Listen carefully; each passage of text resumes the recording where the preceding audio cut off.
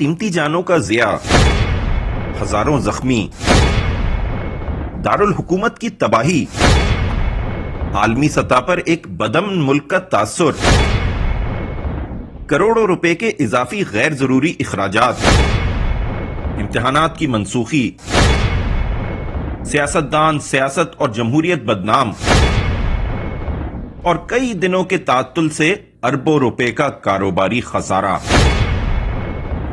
इसके अलावा चंद रोज की अफरा तफरी से हमने और क्या हासिल किया? शदीद माली बहरान का शिकार वो मुल्क जिसके दिवालिया होने के खदशात वाज़े हों।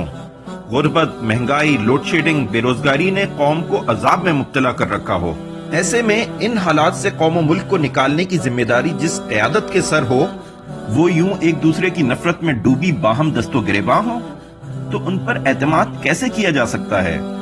ये लोग मिल बैठकर मसाइल के हल के लिए कोई लाहे अमल क्यों नहीं बना सकते? बिल्कुल वैसे ही जैसे कि FATF, एक्सटेंशन, स्टेट बैंक को IMF के हवाले करने और ऐसे ही दीगर मामलात पर एक सफ़े पर थे। किसी हुक्म पर एक दूसरे के गले लग जाने वाले अगर आवाम से मुखलिस होते तो मुश्किलात के तूफान में घिरी कौम की किश्ती को किनारे लगाने की मिलकर कोशिश करते। लेकिन ये सब अवामी मुश्किलात से बेपरवाह एक दूसरे को फतह करने में लगे हुए हैं, इसलिए कि इन्हें कौम की तकालीफ का एहसास नहीं, अपने मफादात ज्यादा अजीज हैं। जानी और माली नुकसान करवाने के बाद भी तो इन्होंने खुफिया मुआहिदा ही किया ना, और धरना दिए बगैर चले गए। तो क्या ये काम इतनी तबाही करवाए बगैर ऐलानिया नहीं किया जा सकता था? कौम को इस्तेमाल करके अपने मामलात तय करने के बजाय अगर कौम के लिए मस्बत रवैये अपनाए जाएं तो उसमें ज्यादा खैर है।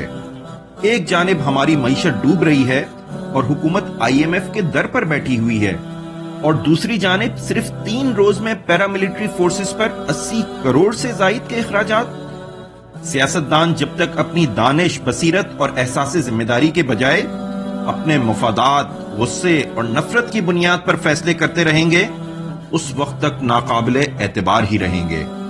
जमहूरियत और सियासत गैर जमहूरी कुव्वतों के पंजों में जकड़ी रहेगी और कौम मुआशी मुश्किलात के भंवर में गोते खाती रहेगी।